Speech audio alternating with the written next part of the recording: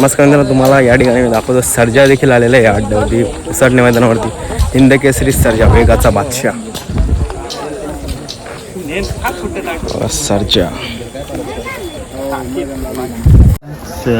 बैलाला मी सर आलेच का?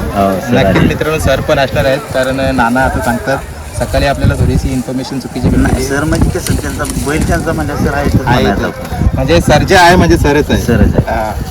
तर नाना काय सांगाल आजचा नियोजन कसं काय असणार? नियोजन काय तर सरांनीच केलेलं आहे सगळं. आणि एक पारंपरिक मैदान हा सालाबाद प्रमाणे महाराष्ट्र दिनानिमित्त भरवतात तरुण पाटील. त्या मैदानाचं मी बरेच दिवस झाले मैदान म्हणजे मुंबईत येते तशी माझं मैदान काय असेल जास्त बघायचं या मैदानाला येतोच नाही. कोण नाही कोण बोलावतं या मैदानाला येतो. नक्कीच ना, खूप कालापासून आपण या क्षेत्रामध्ये आता मगाशी एक मैदान दिसायचं मैदान चुकत नाही मला. 26 जानेवारीचा आणि हा 1 मेचा चुकत नाही. दोन मैदान म्हणजे सालाबाद प्रमाणे आपण असतातच. आणि आज सर्जा पण उतरवलंय. अजून खूप सारे लोक पण आलेले आहेत सोबत. त्याच्यानंतर ना आपल्याला खूप प्रेम भेटते मुंबईमध्ये. आता मगाशीच बघितले खूप सारे फोटो काढायला येतात लोक. प्रेम भेटते आपल्याला आनंद वाटतो सगळ्यात मोठा. असा आनंद पैसे करून बी भेटत नाही ना. आपण या क्षेत्रामध्ये खूप वर्षापासून आहात. कारण एक प्रामाणिक ड्रायव्हर म्हणून आपलं नावच घेतला जातो. कशी ओळख निर्माण झाली आपली? त्या क्षेत्रात आपली पहिली घरची बैलं पळत होती.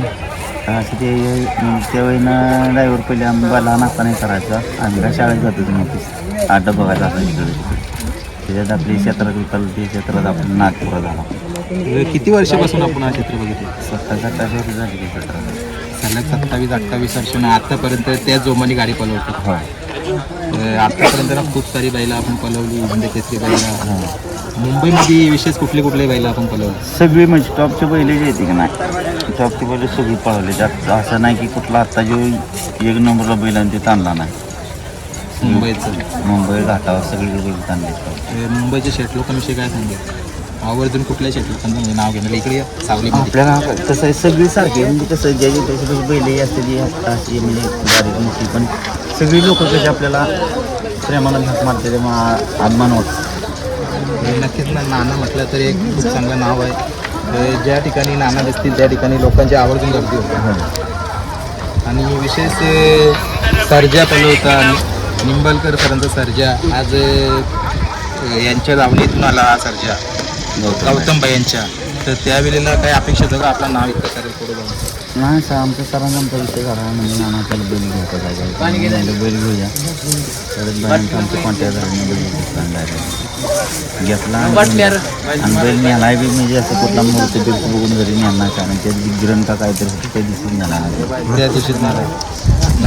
कारण तुम्ही कसं आहे का नंदी येणारा ते मग कुठलेही आज आमच्या पौर्णिमा तसला म्हणजे ते तुम्ही काय पालत नाही म्हणजे कुठलं आपल्या नशिबात आहे तर सगळं होतं. म्हणजे याच्यासाठी आपलं भाग्य चांगलं असलं तर काही पण चांगलं काय पण चांगलं. आणि गाड्या पण तुमच्या नेहमी गुलालातच राहतात. कदाचित कुठली गाडी पडतो मी तर जास्त करून तुमच्या गुलातच गाड्या राहिलेल्या म्हणजे. उसटणे मैदानामध्ये मागं पण आपण एक गाडी पळवली सर्जा आणि सुंदर आणि मथू. त्यावेळेला पब्लिकचा खूप सारा प्रेम भेटला आपल्याला ना. मुंबईची पब्लिक आपल्याला प्रेम देतोय. सर्जाविषयी काय सांगायला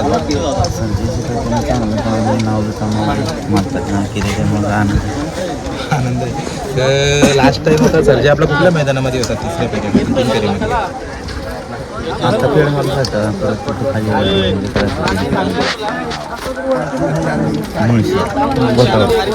नक्कीच. आज तो मोठ्या बैलांपासून इतका नाव करतोय.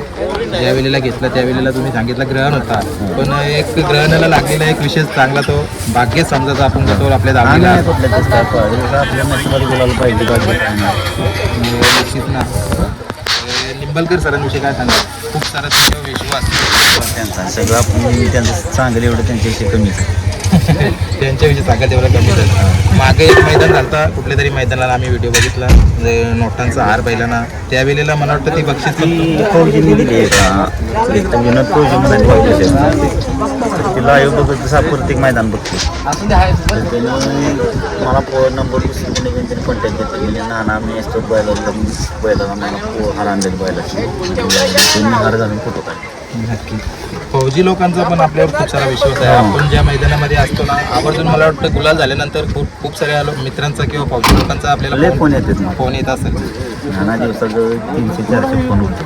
300-400 म्हणजे कॉल उचलायला पण टाइम नाही आपल्याकडे. कारण गाडी पलवताना सर्जाला नानाच्यात ज्या दिवशी अड्ड्याच्या दिवशी पण जवळ नसतं. गाडी एखादा बैल पान सोडला पण नाही मैदानचा जरी मग पण खिशात ठेवत नाही. पण पोरांच्याकडे संध्याकाळी घेता गेलं. अनुभव असताना आपण नवीन नवीन ड्रायव्हर होतात, यांना काय सांगू शकतो? नवीन ड्रायव्हर काय नाही असंच आपलं हे केलं पाहिजे. इमानदारनं सगळं कष्टाचं फळ कुठं नाही कुठे मिळत जातं. फक्त इमानदारीने काय झाला पाहिजे. म्हणजे आपल्या प्रामाणिकपणा आज आपला पाहिजे नेहमी. नेहमी प्रामाणिक. आज मुंबईमध्ये किती वाजता आपण दाखल झालो? मी मुंबईमध्ये का रात्री 12 वाजता आलो. रात्री 12 वाजता. खूप थांबलेलं कुठं राहुलबाई फार्म हाऊसवर. राहुलबाईंशी बोलणं झालं का? हो झालं. नक्कीच मला वाटतं आता घरी नाश्ता करून आलो त्यांच्या शुभम रात्री फार्म हाऊस. हां मथुर आपला पालतोय त्या दिवशी 3 फेऱ्यामध्ये इतका सारा त्याला प्रेम दिला लोकांनी. इंदूरचा बादशाह म्हणून तिथं आवर्जून त्याची उल्लेख होते नावाची. सोबत राजा पलाला आणि 3ऱ्या क्रमांकावर गाडी आपली गुलाला जायली. नक्कीच ना, आता पुढचं पण काही नियोजन असतील मथुरचं मला वाटतं आपल्याला माहिती असतील. नाही का आता मुंबईला उतरल ते बैल मुंबईला येईल का? येईल बहुतेक मुंबईला. नाहीतर घाटावला समजा कोरेगावचं मैदानात ती झाल्यानंतर येईल. पण आता कोरेगावचं मोठं मैदान लागलं हिंद केस 12 तारखेला. तिथं आपला मथुर असणार. हो मथुर नक्कीच मथुर असला म्हणजे आपला सर्जा सुंदर पण असणार आहे. पहिले तिथे येणार. म्हणजे आपली एक फॅमिली झालेली आहे आता राहुलबाईंच्या सोबत ना, आपलं एक घट्ट नातं झाले. त्या नात्याविषयी काय सांगाल?